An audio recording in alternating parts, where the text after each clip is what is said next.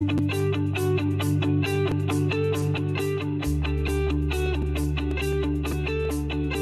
démarrer ce nouvel épisode de Côte à Côte direction Gravelines. Et pour démarrer ce long format, je suis au parc des Rives de la Haye avec Frédéric Lorius, le directeur des parcs des Rives de la Haye.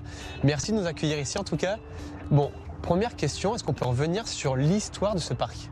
Alors c'est vrai qu'avant qu'il y ait de l'eau et qu'il y ait des arbres ici sur le site du parc, ça s'est fait d'abord sur un plan dans les années 80. L'idée c'est que le Nacarquois s'est industrialisé fortement et donc le souhait c'était de sanctuariser une zone de poumons verts. Et donc la première grande idée du parc ça a été de créer une zone de poumons verts à l'intérieur duquel il y a eu plein de projets, un golf, un hippodrome, un stade nautique, voilà, il y a eu plein de moutures.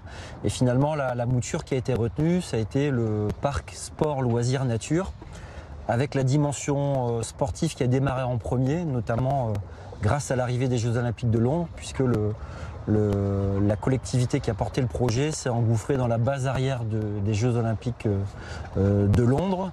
Et donc le site a démarré par sa version sportive, le stade nautique. Le bassin que l'on voit derrière nous, il est totalement artificiel. C'est ça, il faut imaginer qu'avant 2008, puisque les travaux ont démarré en 2008, c'était uniquement des champs ici. Et donc ça a été un chantier assez titanesque. Le bassin fait 2 km de long, 150 mètres de large, 3,50 m de profondeur. Et donc tout ça, ça a été créé artificiellement en fait. Le stade nautique, lui, les travaux ont démarré en 2008 et se sont achevés en 2011. Ça a été la date de mise en service. Il s'est inscrit donc dans le projet de sport loisirs nature sur 75 hectares. Et donc l'ensemble du projet, ça représente 20 millions d'euros d'aménagement qui se sont achevés il n'y a pas si longtemps que ça, puisque la partie loisirs s'est terminée il y a à peine 3 ans. Ça veut dire que entre la mise en service du stade nautique et la mise en service des autres espaces loisirs nature, il a fallu une bonne quinzaine d'années avant que tout se clôture. Et donc ces 20 millions d'euros d'aménagement se sont finalisés là. Derrière nous, le club d'aviron. Quel autre sport on fait ici ? Alors il y a 4 fédérations olympiques qui ont labellisé le site en son temps. Il y avait le triathlon, le canoë-kayak et la nage en eau libre, et donc également l'aviron. Donc c'est des disciplines sur lesquelles on a déjà eu beaucoup de championnats, tous les championnats nationaux de ces disciplines-là, des championnats internationaux, championnats d'Europe, championnats du monde universitaire, Coupe d'Europe de natation non libre. Donc dans ces 4 disciplines olympiques, il y a vraiment une grosse effervescence au niveau de l'événementiel. Et en fonction de la période de l'année, forcément on a plus ou moins des entraînements importants. Je pense en nage en eau libre, forcément aujourd'hui on ne pratique pas la nage en eau libre dans une eau à 10 degrés, mais dès que l'eau revient à 20 degrés aux alentours du mois de juin, on a vraiment une grosse pratique de nage en eau libre. Ça a été aussi une base arrière pour les Jeux Olympiques. C'est ça, alors on a pu la chance d'accueillir la 2e nation mondiale dès le démarrage du site. Il n'y avait pas encore grand chose, mais les Néo-Zélandais sont venus se préparer sur le site avec beaucoup de médailles d'or, d'argent et de bronze à la clé aux Jeux Olympiques de Londres. Alors on ne va pas dire que c'est nous qui avons provoqué ces médailles, mais on est quand même assez fiers de les avoir accueillis tout un été sur ce stage de préparation. Et plus proche dans le temps, on a eu des équipes plus modestes qui sont venues dans le cadre de la préparation des Jeux Olympiques de Paris en 2024, c'était l'an passé, avec l'équipe d'Inde et l'équipe du Kazakhstan en aviron. Vous parliez du coup de 3 pôles ici. Il y a donc le pôle sportif qu'on venait de nous expliquer. Il y a aussi le pôle loisirs. Voilà, le pôle loisirs qui à terme aura plus sa vocation sur la zone qui est un peu plus loin derrière nous. Mais avant que cette zone se finalise, on a souhaité donner le signal que cet équipement n'allait pas qu'un équipement de haut niveau. Et donc on a décliné toute une offre d'activités de loisirs, des anniversaires d'enfants, des activités liées au centre aéré, des activités avec les scolaires. Et en fait l'activité la plus emblématique en termes de loisirs alors d'aujourd'hui, c'est cet aquapark qui n'est pas là aujourd'hui parce qu'on est au mois d'octobre. Mais cette année il a accueilli son record d'entrée avec 27 000 personnes qui sont venues découvrir l'aquapark, enfin profiter de l'aquapark de mi-juin à mi-septembre. Et voilà, ça a vraiment pris une autre dimension cet été avec notamment une nouveauté, une Extreme Tower qui est un peu dénudée de ces jeux-là. Mais c'était vraiment une activité phare cet été. Le parc vit au gré des saisons ? Alors on a vraiment effectivement des particularités. Si on démarre au printemps, on est un peu dans le redémarrage de l'événementiel, des activités de loisirs. C'est aussi la période de nidification avec les oiseaux. On n'en a pas forcément parlé, mais c'est vrai qu'il y a des inventaires qui sont réalisés. On a plus de 150 espèces d'oiseaux qu'on a pu recenser sur le site, avec des espèces emblématiques comme le butor étoilé qu'on a pris en photo pas plus tard que la semaine dernière. L'été, c'est une grande place plutôt au volet loisirs qui se développe sur le site.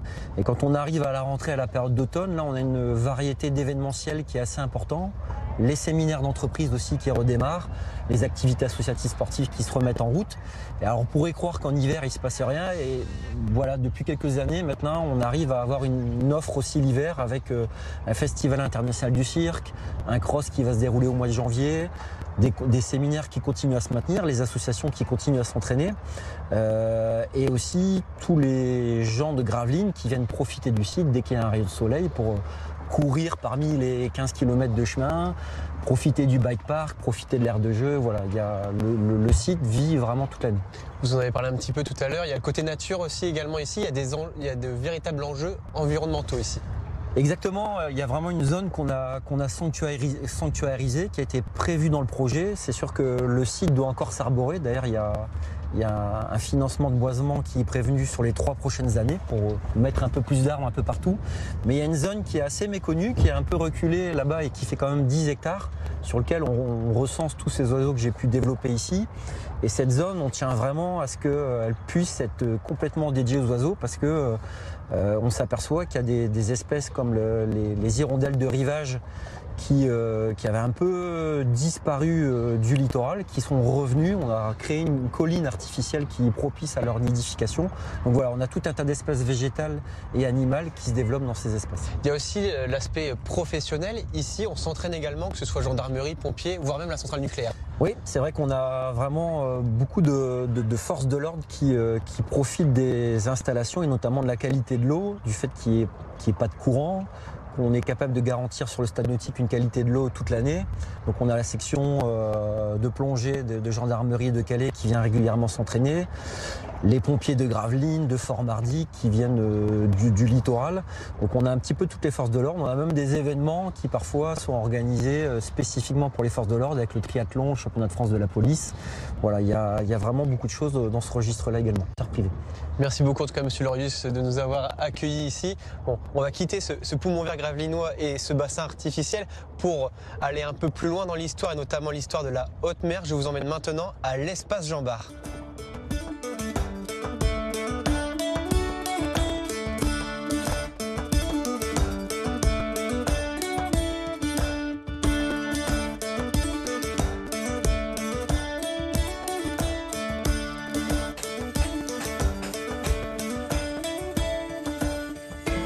À l'espace Jean Bart, un chantier pharaonique a lieu depuis plus de 20 ans. Une reconstruction d'un navire appelé le Jean Bart, clin d'œil au célèbre corsaire local. C'est une réplique à l'identique d'un vaisseau de premier rang du XVIIe siècle, un navire amiral, fierté de la marine française d'un autre temps. Il s'agit d'un projet d'archéologie expérimentale, car à cette époque il n'y avait aucune sauvegarde des plans de fabrication d'un tel bateau. Avant de démarrer les travaux de construction, il leur a fallu 10 années de recherche. On va vraiment essayer de rechercher toutes les techniques qui étaient utilisées au XVIIe siècle pour réutiliser toutes ces techniques. C'est-à-dire qu'on va venir travailler avec des archéologues, des historiens pour rechercher comment les bois étaient traités, comment les charpentiers de marine travaillaient. Et des fois, on a des trous. C'est-à-dire que des fois, les historiens ne savent pas comment les choses étaient faites, comment les pièces étaient taillées, comment elles étaient percées, clouées. Parce que soit on n'a pas d'écrit, parce qu'on s'en fichait un petit peu à l'époque du travail des ouvriers. On s'intéressait à la conception du navire parce que le roi voulait savoir pourquoi il payait, et pourquoi il payait très cher. Mais la façon dont travaillaient les charpentiers, c'était pas forcément intéressant. Et en plus de ça, c'était quelque chose qui était très secret, puisque à l'époque, on est sur un système compagnonique, le savoir-faire est très important, et comme c'est pas écrit dans les livres, si vous avez un savoir-faire, vous le gardez précieusement, jalousement, et vous sélectionnez les personnes à qui vous voulez le donner. Donc on a très peu d'écrits là-dessus. Et donc on va venir, nous, en tant que charpentiers de marine, par l'expérimentation, par le travail, venir dire aux universitaires, voilà comment on travaille à l'époque, puisque voilà comment on fait aujourd'hui, voilà comment ça fonctionne. Et des fois, quand ils ont des hypothèses, on va essayer de mettre en application ces hypothèses, on va leur dire non, ça marche pas du tout, ou alors oui, ça marcherait bien. Potentiellement, les pièces étaient réalisées comme ça. Un savoir-faire que Raphaël, cet apprenti charpentier de marine, apprend depuis plus de 2 ans. Pour lui, c'est un honneur de travailler sur un tel chantier. Je suis très content qu'on m'ait accepté en tant qu'apprenti sur le chantier du Jean Bart. Donc, parce que j'aurais pu le faire dans d'autres entreprises de charpente marine moderne, mais j'aurais peut-être pas vu, j'aurais déjà pas vu le savoir-faire de l'époque, et aussi travailler sur du bois aussi noble que le chêne, ou sur des sections aussi grosses qu'on a ici.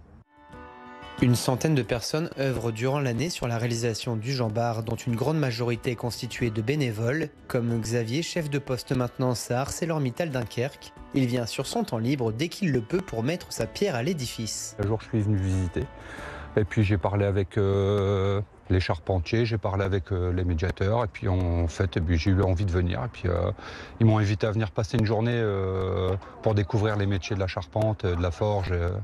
Du coup, je suis venu, et puis j'ai accroché, et puis j'ai adhéré, quoi, et puis je suis rentré bénévole chez les charpentiers, quoi. Ça donne envie de participer, ça donne envie de voir évoluer une fois qu'on commence à bosser dessus. Et puis à chaque fois qu'on met une pièce, on est heureux, on est content, et puis voilà, on attend de poser la suivante. Que Xavier se rassure, des pièces, il y en a encore beaucoup à poser avant l'achèvement de ce mastodonte des mers. Coût total du projet estimé entre 10 et 15 millions d'euros. Là, on est sur un navire de 57 mètres de coque. Alors on sera presque à 75 mètres au total avec le mât de Beaupré, donc c'est le mât qui est sur l'avant du navire, ce qui fera de lui le plus grand bateau en bois au monde. C'est un navire qui fait 17 mètres de haut de coque sur l'arrière, 6 mètres de tirant d'eau. C'est-à-dire que vous avez 6 mètres sous l'eau. En fait, tout ce que vous voyez là autour de vous, dans une dizaine d'années, quand Jean Bart sera fini, ce sera sous l'eau. C'est-à-dire que là, on a un peu plus de 6 mètres de haut. D'ailleurs, si vous voyez, vous avez une ligne jaune qui fait tout le tour. C'est la ligne de flottaison du navire. Donc tout ce qui est en dessous de cette ligne-là sera sous l'eau. C'est un navire qui avait entre 500 et 700 hommes à bord à l'époque où ces navires naviguaient, sachant que rien que pour pouvoir le manœuvrer, donc rien que pour pouvoir le faire naviguer, il faut entre 150 et 200 marins. On a un poids de 1600 tonnes de charpente une fois terminé, et on estime le poids final à peu près 3500 tonnes. Avec les canons, les voiles, les cordages, vous avez presque 3000 mètres carrés de voilure sur un navire comme ça, 20 km de cordage. Bon, voilà, c'est vraiment une cathédrale des mers, comme on l'appelait à l'époque.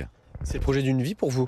Ah oui, c'est le projet d'une vie, c'est le projet de la vie de mon père, Christian Cardin, qui a construit le projet, qui m'a légué. Et moi, c'est le projet de ma vie. J'ai commencé à travailler là il y a 13 ans maintenant, et vous pouvez voir qu'il y a encore un peu de travail, donc je vais passer ma vie ici, et je suis très heureux parce que c'est un lieu qui est déjà extrêmement intéressant de par le contenu du lieu. Donc, je suis personnellement charpentier de marine de métier, donc construire le Jean Bart, c'est comme si un charpentier travaillait sur Notre-Dame de Paris. C'est voilà, c'est quand même ce qu'il y a de plus beau et de plus grandiose en charpente navale. Et on a ici des milliers de visiteurs qui viennent chaque année. L'année dernière, on a fait à peu près 22 000 visiteurs qui viennent, qui découvrent ça et qui ressortent des étoiles plein les yeux, notamment des enfants, mais aussi des plus grands. Et d'avoir ces gens qui repartent en disant merci, c'est génial ce que vous faites, c'est le plus beau métier du monde.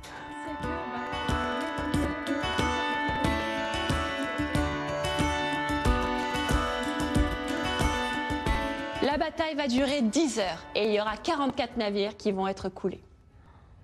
Donc, on peut dire directement que c'est une grosse catastrophe, une humiliation. Mais ce que je peux vous garantir, c'est que parmi les 44 navires coulés, il y a eu 0 navire français qui ont été coulés. La moitié de la flotte ennemie a été coulée pendant ces 10 heures. Donc qu'est-ce qui s'est passé? Gardons le suspense pour les prochains visiteurs. Une chose est sûre, la visite de l'espace Jean Bart ravit petits et grands.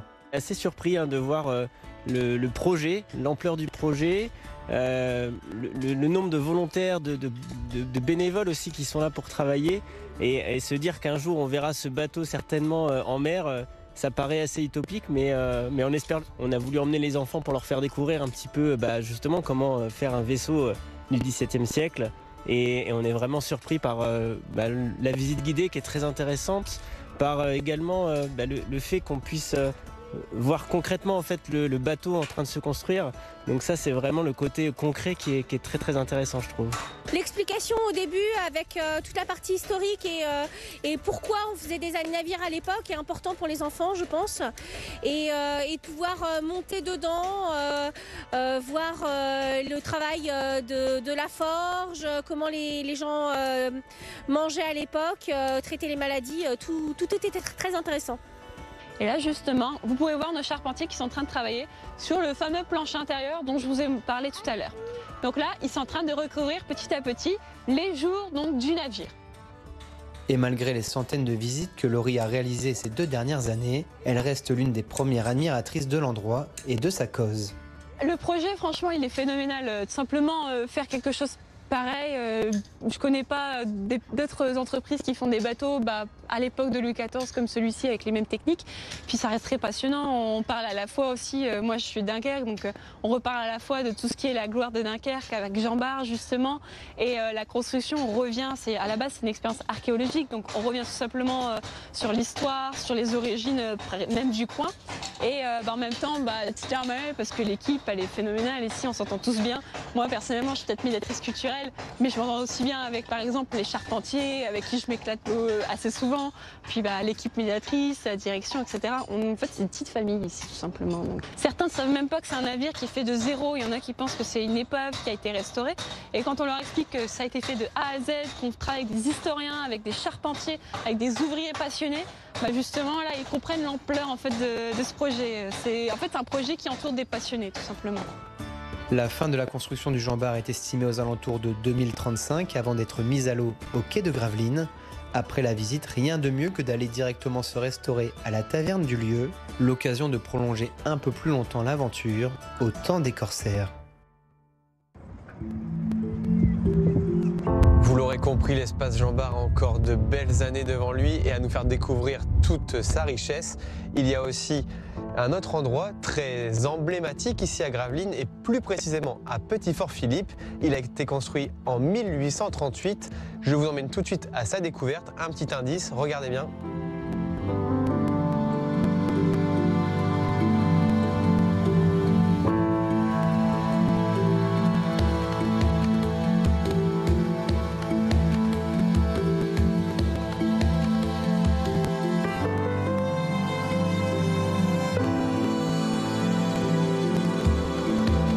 Restauré en 2022, le phare de Petit-Fort-Philippe fait peau neuve. Du haut de ses 29 mètres, son architecture et sa spirale noire bien singulière le classent parmi les phares les plus originaux du monde. C'est un phare de 3e ordre, donc un phare assez petit, on va dire, et puis qui a cette particularité d'être noir et blanc, d'avoir cette spirale, alors qui va être ajoutée seulement en 1932 à la demande des marins. Et il faut savoir qu'il n'y a que 2 phares ainsi en France et 7 dans le monde, donc effectivement on est très fiers de cette particularité. Mais cet éclaireur des mers était surtout très utile au 19e siècle, au moment de l'essor de la pêche à l'Islande. Chaque année, le phare permettait de guider plusieurs centaines de bateaux, de jour comme de nuit. On a déjà des phares sur Dunkerque et Calais, mais nous, l'entrée du port à Gravelines est assez compliquée parce qu'on a beaucoup de bancs de sable. Donc c'est important à l'époque où la pêche à Islande notamment va se développer, donc la navigation. C'est important d'avoir un phare comme ça qui pouvait sécuriser l'entrée du port. Un phare blanc en journée, ça arrive qu'il fasse un peu gris ici, donc il ne se distinguait pas très bien. Parce que les phares, effectivement, ils servent la nuit, mais la journée aussi, ils servent de ce qu'on appelle un amer, donc un repère dans le paysage. Et c'était parfois un peu compliqué au large de le distinguer, donc une spirale noire va tout de suite le faire ressortir. Autre particularité, il fait partie de la trentaine de phares en France à être visitables. Dès le début de la visite, la première pièce nous montre à quel point il inspire les artistes et les passionnés. Ici, on est un peu dans la bibliothèque où on a remis un peu un historique aussi du hameau de Petit-Fort-Philippe. Et vous pouvez voir exposer certaines œuvres dans différents styles, des œuvres qui datent autant du début du XXe siècle jusqu'à des œuvres très récentes, dont celle-ci par exemple qui est de 2018. Alors on représente beaucoup le phare, mais aussi le port et puis le chenal bien sûr, qui a cette perspective assez sympa. C'est un lieu qui est très très visité, on a plus de 3000 personnes sur la saison. Il est dans plusieurs musées, notamment aux États-Unis, donc ça fait plaisir. De pièce en pièce, on en apprend un peu plus sur le fonctionnement d'un phare, son utilisation, mais aussi la vie de son gardien, acteur prépondérant qui vivait 7 jours sur 7 à l'intérieur du bâtiment et qui ne pouvait jamais avoir de vacances. Ici, vous avez une maquette qui a été réalisée par un collègue pour vous montrer comment était le phare à l'époque où il était encore logement de fonction pour le gardien. Donc vous avez ici l'entrée. Et puis aujourd'hui, on commence la visite par l'accueil, mais autrefois c'était la salle à manger, le bureau du gardien, puisque au-delà de contrôler le phare la nuit, il doit rendre des comptes aussi au port de Dunkerque. La chambre, où la petite anecdote, vous retrouvez des petites alarmes qui sont exposées dans cette salle également, puisque le gardien pouvait être appelé en pleine nuit pour aller soit allumer la corne de brume au bout de la jetée ou parce qu'il y avait un problème technique. Mettons-nous à présent dans la peau du gardien du phare et prenons un peu de hauteur. Donc là maintenant on va monter les 116 marches pour aller voir la vue à 360 sur notre magnifique plage et côte d'Opale. Donc si vous êtes prêts, c'est parti.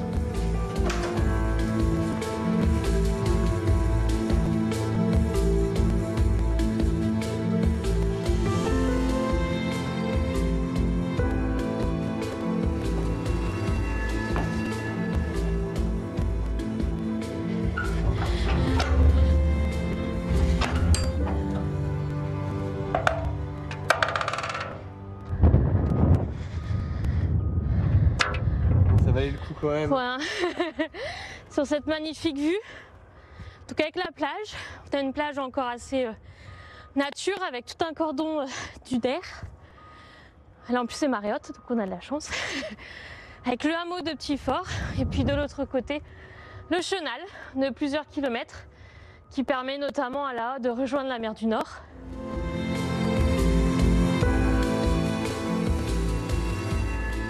Merci beaucoup Floriane pour cette visite de ce phare si emblématique sur notre côte d'Opale. Maintenant vous m'emmenez sur un autre lieu aussi emblématique cette fois-ci de Gravelines, les fortifications, c'est ça? Oui, tout à fait. On est une ville fortifiée assez unique, vous allez voir, pour certains aspects, notamment le fait qu'il y ait les douves encore tout autour de la ville. Donc je vais vous emmener découvrir ça. Eh bien c'est parti. Allez. Floriane, où est-ce qu'on se trouve maintenant? Alors maintenant, on se trouve sur l'un des 6 bastions de la ville fortifiée de Gravelines, en l'occurrence celui du Belvédère, avec cette magnifique vue sur la mer. Et on voit au loin ce fameux phare. Le fameux phare de Petit-Fort-Philippe. Est-ce qu'on peut revenir sur toute l'histoire ici de ces fortifications? Alors on a une première fortification dès les comtes de Flandre au Moyen-Âge, puisque ici on est à la porte d'entrée de la Flandre, on n'est pas encore en France, donc c'était important de protéger cette frontière. Et puis plus tard on va passer sous domination espagnole avec Charles Quint, qui est entre autres roi d'Espagne, et qui va demander des gros travaux à Gravelines, puisqu'on est au XVIe siècle, on a l'artillerie qui fait de gros progrès, et il faut qu'on change notre manière de fortifier. Donc on va à cette époque-là déjà ramener ici des fortifications bastionnées, donc en étoile, vue du ciel. Et puis plus tard, quand on deviendra français sous Louis XIV, eh bien Vauban va améliorer quand même la ville fortifiée ici, notamment tout le système hydraulique, et puis il va aussi nous doter de bâtiments militaires comme les casernes, etc., pour améliorer un petit peu aussi la vie de la garnison qui vivait à temps plein avec les habitants. Au niveau des fortifications et la ville de Gravelines, il y a une particularité unique en France encore aujourd'hui. Oui, tout à fait. On est la seule ville où on peut faire le tour complet en bateau. Donc soit en bateau en autonomie, vous pouvez louer votre petite barque, ou nous on propose des visites commentées à bord de Bakov. Et donc ça fait à peu près 4 km et c'est effectivement unique en France. La longueur du coup de ces fortifications qui entourent la ville, elle est combien? Alors on est entre, si vous faites le tour à pied, on est en 3 km, 3 km et demi et 4 km en bateau. Les habitants se sont totalement appropriés, notamment ici le chemin de ronde qui est entièrement PMR, donc qui est accessible à tous, avec des petits jardins. Alors on a les jardins familiaux qui sont gérés par les habitants, et puis les sportifs aussi, que ce soit VTT, course ou juste promenade. Et pour celles et ceux qui veulent justement faire le petit tour au niveau des fortifications en bateau, oui. C'est de quand à quand? Alors en général c'est d'avril à septembre, notamment pour les locations de barques, donc c'est au niveau de l'embarcadère Vauban Promenade. Et après pour les visites commentées, c'est pareil, on est à peu près d'avril à octobre, et ça c'est sur réservation, mais les balades en individuel, il suffit juste de se rendre sur place. Ça demande beaucoup d'entretien, ce genre de fortification? Oui, bien sûr. Alors d'ailleurs, il y a un bastion qui est en cours de restauration actuellement depuis quelques mois déjà. Donc oui, parce que finalement, quand on a fini un côté, il faut commencer l'autre. Et même pour le chemin de ronde, ça a été fait en 2 phases. Donc celle-ci, grâce à un projet européen dans les années 2004. Et puis il y a 2 ans à peu près, on a fini l'autre côté. Donc oui, c'est de l'entretien permanent. Merci beaucoup en tout cas Floriane. On a vraiment apprécié faire ce long format ici à Gravelines. On est arrivé au début en se disant que ça allait être très industriel et finalement loin de là, forcément on parle tout de suite de la centrale nucléaire et non, il n'y a pas que ça. Bien sûr, il n'y a pas que ça. Loin de là. Même si elle se visite, c'est sympa à faire aussi. Mais on a un patrimoine fortifié, militaire, maritime, naturel.